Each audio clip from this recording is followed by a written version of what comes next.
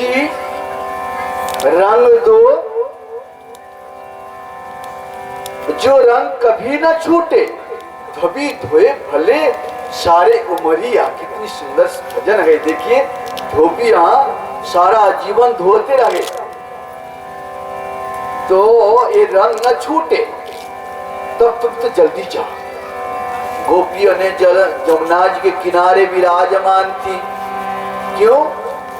जहां पर हमारे कन्हैया बंसी बजाते थे, नाच दिखाते थे,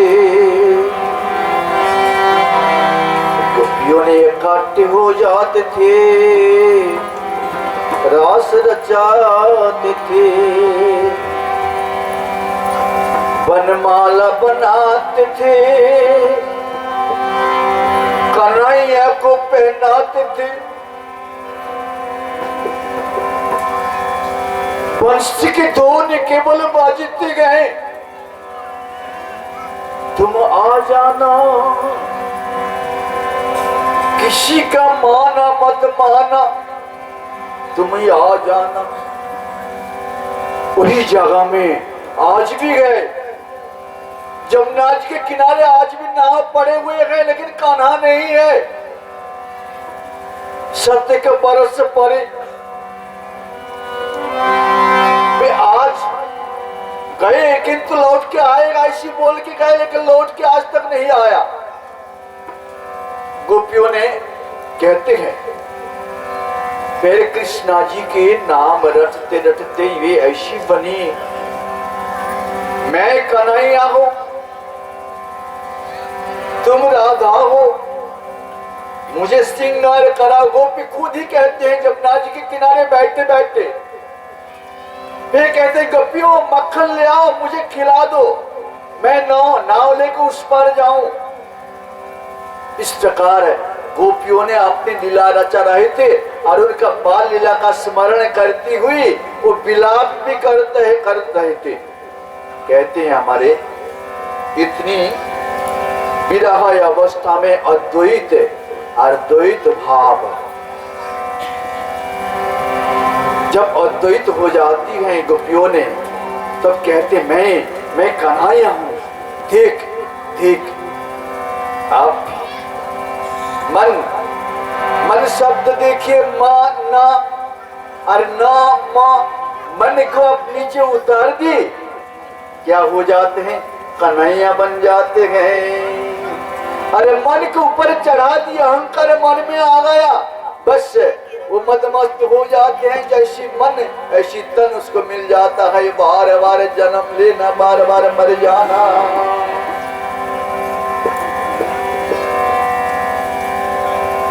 अब गोपियों के पास पहुंच जाते हैं हमारे नारद जी महाराज, वीणा में तान छेड़े हुए थे।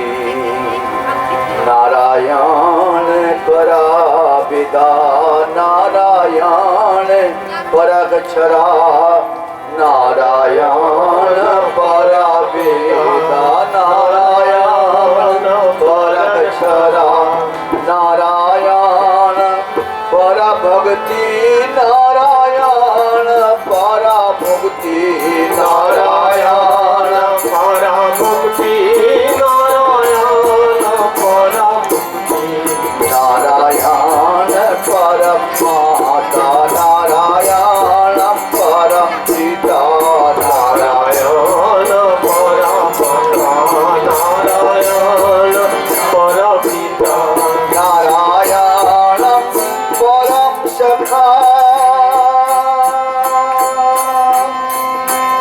नारायण परम बंधु, नारायण परम सखा, नारायण परम बंधु, नारायण परम वेदा, नारायण परम शरा, नारायण परम वेदा, नारायण परम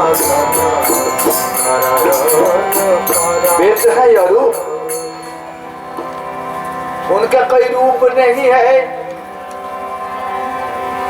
लेकिन जब भक्त के अधीन हो जाते हैं तो वो रूप धारण कर लेते हैं। अब हमारे प्यारे परमात्मा जी लीला रचा रहे थे और नारद जी का मन में जो अभिमान भरा हुआ था उसको नाश करना था। जाकर निवेदन किया। अरे ब्रज गोपियों के दर्शन करके सोचने लगे, बोले अरे ये लोग क्या कह रही हैं, खुद को कृष्ण कहते गए, लीला रचा रहे गए। कैसी तन्मयता देखिए, तन्मय हो जाओ मन बना भद मद भक्त, मत प्रति मन तुम दिया रखो। अब कहते मैंने आया इसलिए, ब्रजगोपियों ने सुनो तो मैं क्यों आया हूँ, मुझे पूछो तो मैं क्यों आया हूँ। कहो कहो किस कारण से आपका आगमन हुआ है। अब कहने में थोड़ी सी संकोच हो रहा था। ये कन्हैया का बीमारी हुआ, बीमारी हटाने के लिए चरण धूल लेने में आया हूँ। अरे कहो कहो जल्दी कहो, क्या समाचार है, कुछ तो कहो। तो नारद जी ने बता दी।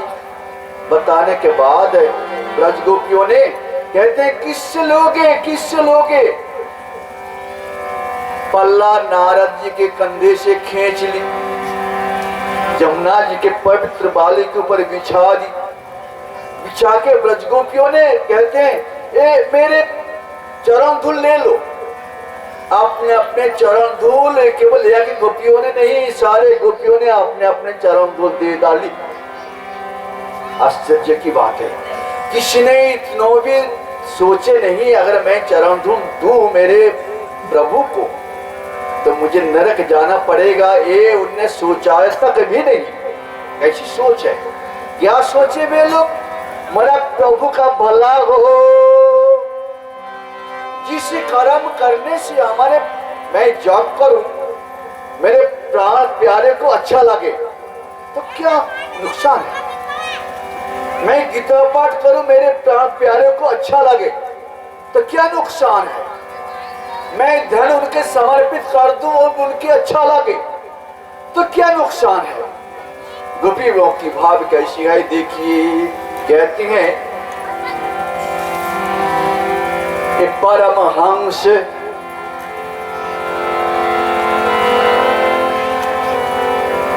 घर में रहते हुए भी, परिवार के साथ रहते हुए भी गृहस्थ परमहंस थे गोपियों ने। और ये लोग सन्यासी परमहंस। संसार में दो प्रकार के मार्ग चली आई रही है, एक तो है गृहस्थ आश्रम, दूसरा है सन्यास आश्रम। लेकिन गृहस्थी में होते हुए भी जिन्होंने अद्वैय भाव से परमात्मा जी का भजन कर रहे हैं और अपने आत्मा में उनका अनुभव कर रहा है, वो घर में रहते हुए भी गृहस्थ परमहंस हैं। परमहंस संगीता श्रीमद् भागवत जी। तो इतना सा धूल बन गया, थोड़ी नहीं, गुड़िया के लिए नहीं, केवल इतना सा धूल बनते ही ब्रजगोपियों ने इच्छा इतना बड़ा गांठ भी बना दी। नारद जी के मुड़ पे उन लोगों ने सब पकड़ के ले नारद जी जय कन्हैया लाल की चढ़ा दी। इतना सारा धूल। कैसी गोपियों के प्रेम में। हमारे चैतन्य चरितमृत नाम की एक पुस्तक है, बंगाल के एक संतों ने उसको लिखा है, कृष्णदास कविराज। राधा कृष्ण दो प्रेम जेना या कोई तवा है, সেই প্রেম নির্লোকে না হয়, যদি হয় তার যোগ, না হয় তার বিয়োগ, বিয়োগ হইলে কেহ না জিয়, যোগ जुड़ जाते हैं। तस्मात् सर्वेषु कालेषु माम अनुसज, मेरे साथ जोड़ के तुम सारा कर्म करो, सब मेरा काम ही हो जाए। श्रीमन्नारायण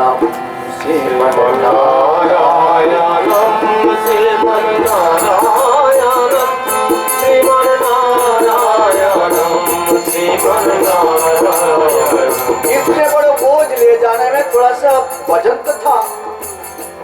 नारद ने विचार बनाए वजन हटाना है तो अपने मन को वजन में मत रखो, मन के भजन में रख लो, भजन घटेगी। तो आपके मन में कोई भी दुख रूप भजन आपको दबा रहा है, इसको दबा दो। आप उसको दबाव से बचना है तो भजन को भजन में लगा लो। श्रीमन नारायण नाम, श्रीमन नारायण, श्रीमन नारायण, श्रीमन नारायण, श्रीमन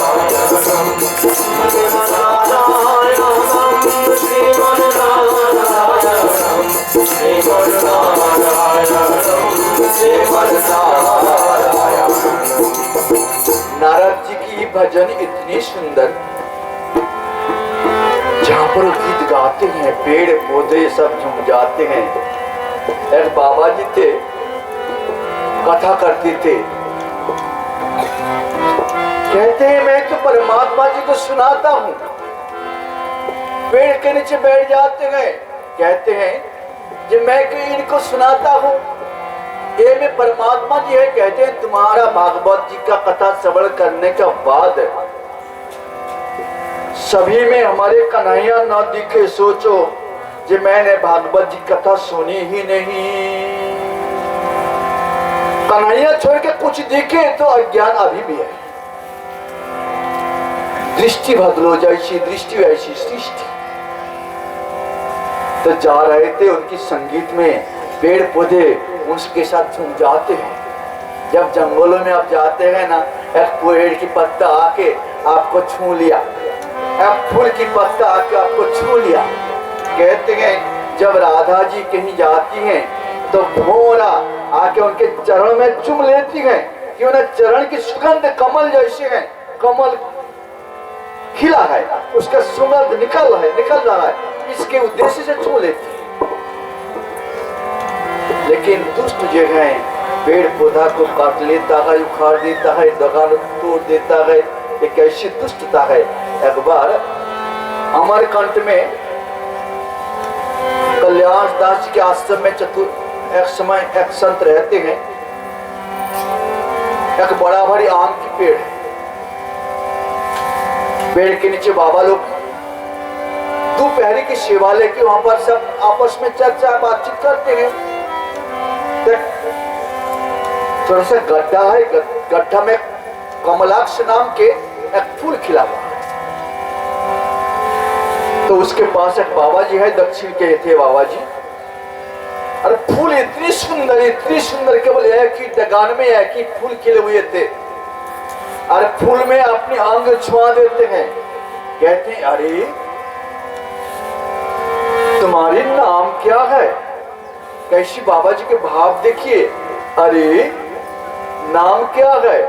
तो फूल तो है, वैसी फिर डुलने लग जाते हैं। अरे कहती नहीं है कि बोले नाच रही है। अरे बोल बोल नाम क्या है? कैसी बाबा जी, कैसी दृष्टि उनकी। अरे नहीं बन रहा है तुझसे, अरे बोल बोल। तो उनके पास एक बाबा जी है, उनने कहा इनके नाम है ककिलाक्ष। ओ बाबा जी के मुंह से तू कह रही है ककिलाक्ष, कितनी सुंदर है, कोयल जैसे तेरी आवाज है, ककिलाक्ष है।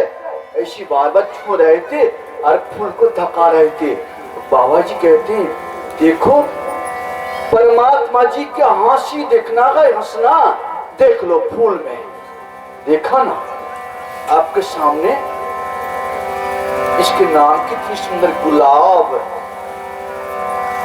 इसके नाम है गेंदा, इसके नाम है चेरी गोल्ड, इसके नाम है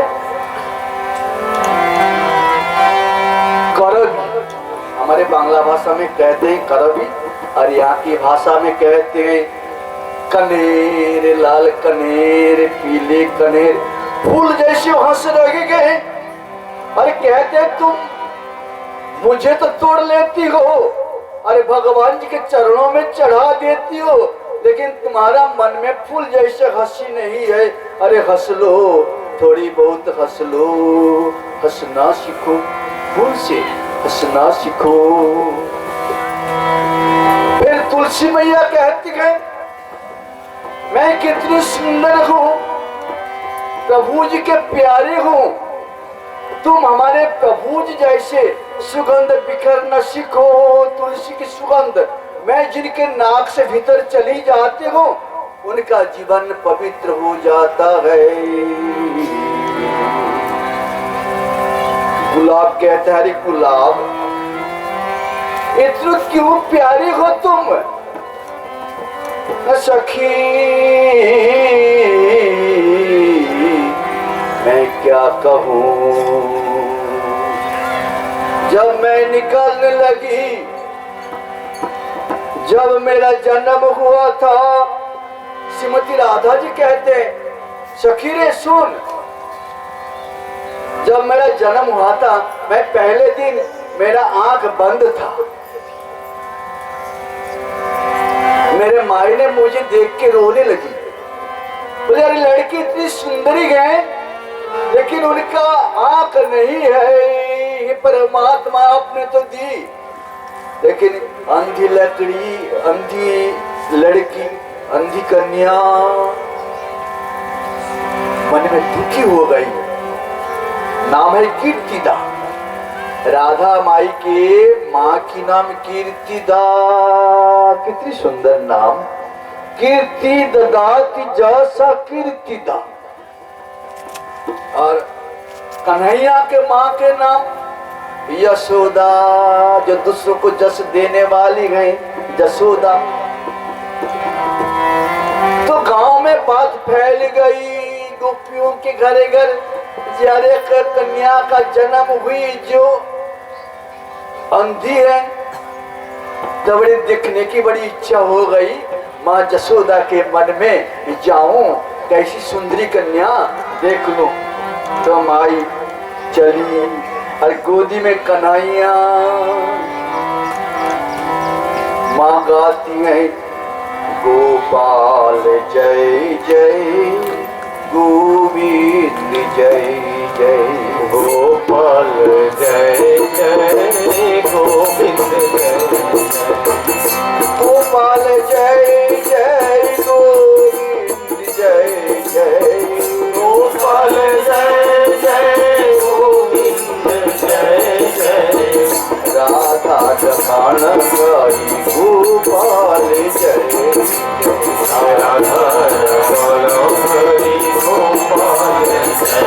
माई जा रही थी और कन्हैया गोद में बैठी थी। कन्हैया बैठ के पहुंच गए, माँ ने कन्हैया को छोड़ दिया। देखने तो गए थे राधा जी को, अब गोपियों के साथ बातचीत में लग गई।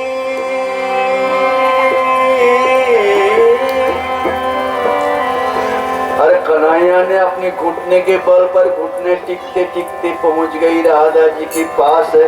जब राधा जी को छू लिया तो आंख फाड़ के राधा जी ने देखे दोनों का मिलन हो रहा था।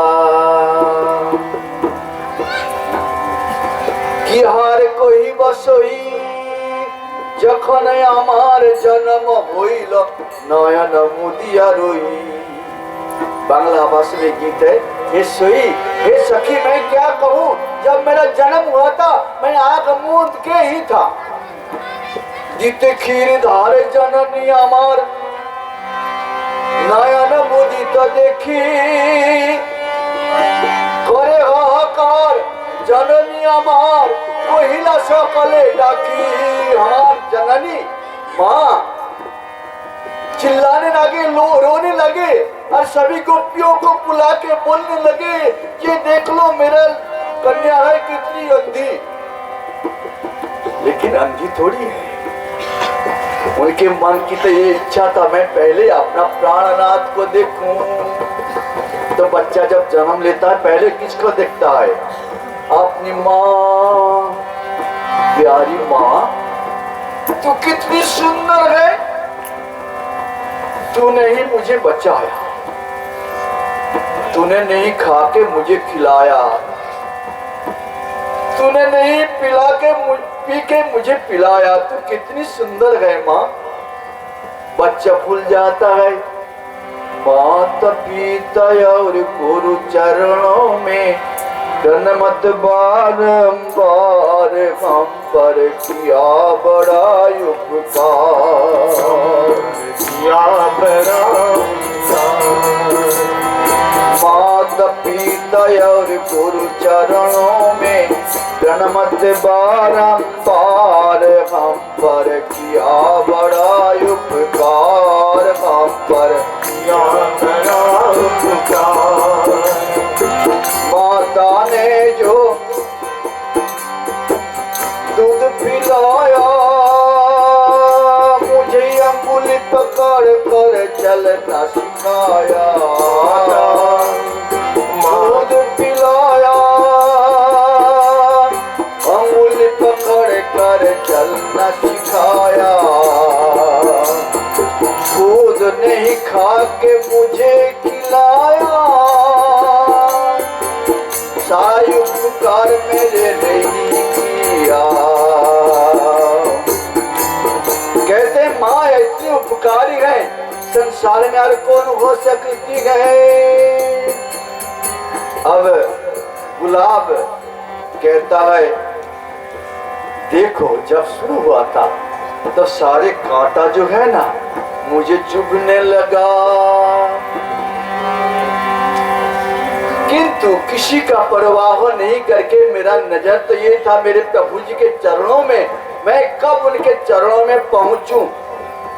बस मंदिर में आ गई, अब आनंद हो रहा था। अब नारद जी के मोड़ पे बोझ रखा हुआ था, जा रहे थे, अपने मन का बोझ वजन उतारा भजन से।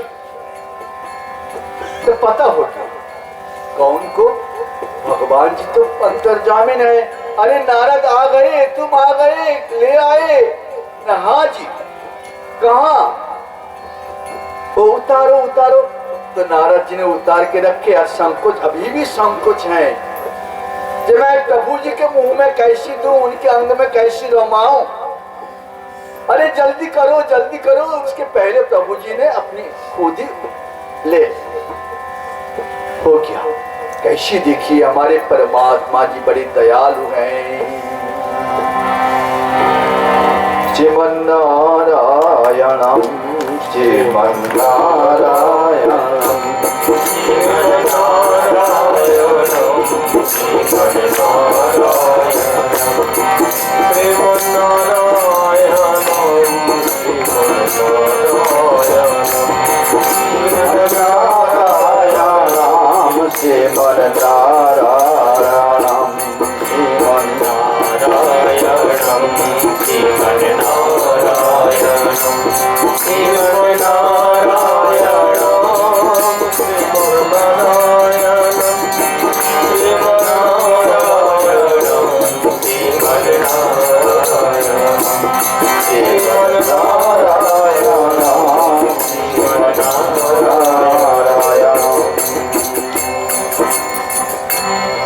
वसुदेव जी उनके पास नारद जी आए हुए थे। नारद जी परमात्मा जी का गुणगान सुनाने में प्रवीण है। वसुदेव जी बातचीत कर रहे थे, अब हमारे कन्हैया का कुछ गुणगान कीजिए, जिस गुणगान श्रवण करने से मुझे आनंद प्राप्त होगा, शांति मिलेंगे। नारद जी कहना शुरू किया। ऋषभ देव नाम के, जिनकी कथा पहले हो चुके हैं, जो परमहंस के जो वृत्ति वो अपना ली थी, राज चक्रवर्ती होते हुए भी परमहंस को जो वृत्ति होना है वही वृत्ति अपना के परम पद को प्राप्त कर लिए थे। लेकिन उनके पुत्र थे नव योगेश्वर, उनमें पहले थे कोबी। हरिओम वसुदेव जी, राजन भक्त जनों के हृदय से कभी दूर न होने वाले अच्युत भगवान के चरणों की नित्य निरंतर उपासना की इस संसार में परम कल्याण और आत्यंतिक क्षेम है। और सर्वथा भय शून्य है, ऐसा मेरा निश्चित मत है। शरीर गृह इतने में आसक्ति नहीं रखकर केवल भगवान जी के प्रति भक्ति किया जाए, इसका सारा उपाय अपनाएं। जो अपनाएंगे उसका कल्याण होगा ही। इस प्रकार धीरे धीरे 9 योगेश्वरों ने अपने अपने मतवाद पोषण किए हुए थे। माया एवं माया से परे, माया क्या चाहती है? न धन जन पुत्र परिवार दे के जगतवास को कैसे फंसाया जाए और ये इसमें मोहित होके रहेंगे तो परमात्मा से दूर रहेंगे। इससे छुटकारा पाने का केवल एक ही उपाय है। गीता जी में कहते हैं मम माया दुरत्यया द्वैविच्छेष गुणमयी मम माया दुरत्यया मामेव जे प्रपद्यन्ते माया में तंग तरंति ते। माया को तरने के लिए एक ही उपाय है। जो मायाधीश है उनके शरण में आ जाना सभी के लिए हितकारी होता है। मायाधीश और मायाधीन, मायाधीन कौन है? ये जीव जगत माया के अधीन है।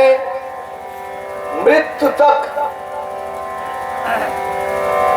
संसार से मैं घड़ी दो घड़ी बाहर जाऊं, स्मरण से थोड़ा सा बाहर हो जाओ, यही नहीं चाहता है, केवल उनमें फंसे रहो। ये मायाधीन। और मायाधीश कौन है? जो माया के ऊपर बैठ के अपना स्वरूप प्रकट करते हैं। जैसे जितेंद्रिय और इंद्रजीत। इंद्रजीत रावण के लड़के हैं और जितेंद्रिय कौन है?